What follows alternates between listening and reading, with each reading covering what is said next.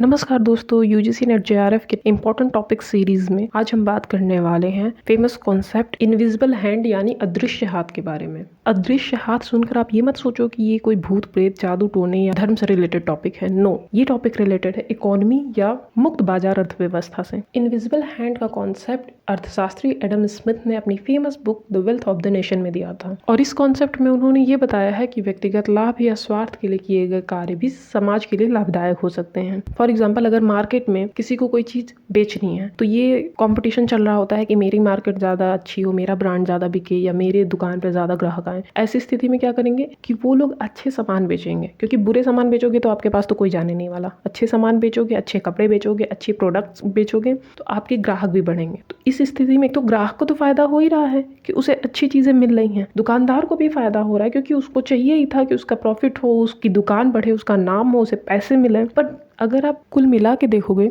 तो इससे माहौल भी अच्छा हो रहा है, व्यापार में अच्छे प्रोडक्ट की मांग होगी और एक नहीं सारे के सारे लोग जब इसी तरह काम करने लगेंगे कि नहीं मुझे अच्छा प्रोडक्ट बेचना है, नहीं मुझे अच्छा प्रोडक्ट बेचना है या मुझे अच्छी सेवा प्रदान करनी है, तो अच्छी अच्छी चीजों के लिए ही कार्य कर रहे हैं लोग और वो उसमें अपना प्रॉफिट भी देख रहे हैं। तो बाय डिफॉल्ट इससे सोसाइटी का भी विकास होगा, वहाँ की अर्थव्यवस्था भी अच्छी बनेगी। इसे आप एक और एग्जाम्पल से समझ सकते हो। मान लो एक क्लास है, वहाँ पे 10 बच्चे पढ़ रहे हैं और हमें चाहिए कि वो पूरी क्लास अच्छा स्कोर करें। उसके लिए या तो टीचर उन सब पे बराबर से ध्यान दे और अच्छे से पढ़ाए उन्हें कि आप ऐसे पढ़ो ऐसे पढ़ो, या फिर उस क्लास का प्रत्येक बच्चा ये सोचे कि नहीं मुझे अच्छा स्कोर करना है और मुझे अपना बेस्ट देना है। अगर वो प्रत्येक 10 बच्चा अपनी तरफ से पूरा प्रयास करे कि अच्छा स्कोर करना है और सबने अच्छा स्कोर किया भी, तो ऐसी स्थिति में क्या होगा, क्लास का ऑटोमेटिकली ओवरऑल जो स्कोर है वो बढ़ जाएगा। ठीक वही चीज अर्थव्यवस्था में भी होती है कि व्यक्तिगत तौर पर अगर कोई अपना प्रॉफिट देख रहा है और दूसरों को उससे प्रॉफिट मिल रहा है तो इससे समग्र रूप से पूरी अर्थव्यवस्था डेवलप होगी, प्रोग्रेस करेगी और अर्थव्यवस्था जहाँ पे अच्छा होगा वहाँ पे समाज भी विकसित होगा। और ये कॉन्सेप्ट स्मिथ ने बस एक तर्क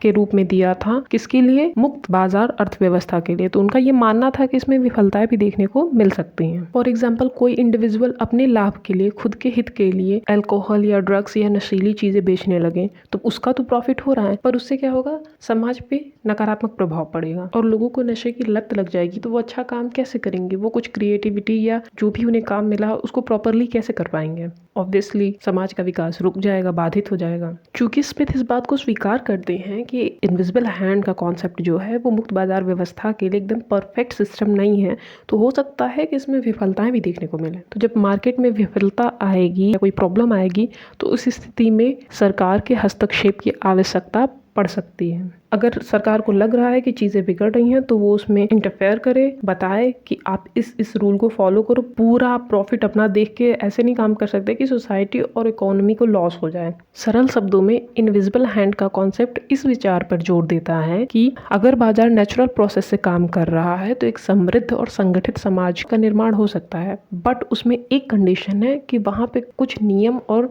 सिद्धांत होने चाहिए जो उन्हें निष्पक्ष और संतुलित बना के रखें। आई होप आपको अदृश्य हाथ का कॉन्सेप्ट समझ में आया होगा। अगर आपको वीडियो अच्छा लगे तो लाइक, शेयर और चैनल को सब्सक्राइब करना ना भूलें। आज के लिए बस इतना ही। धन्यवाद।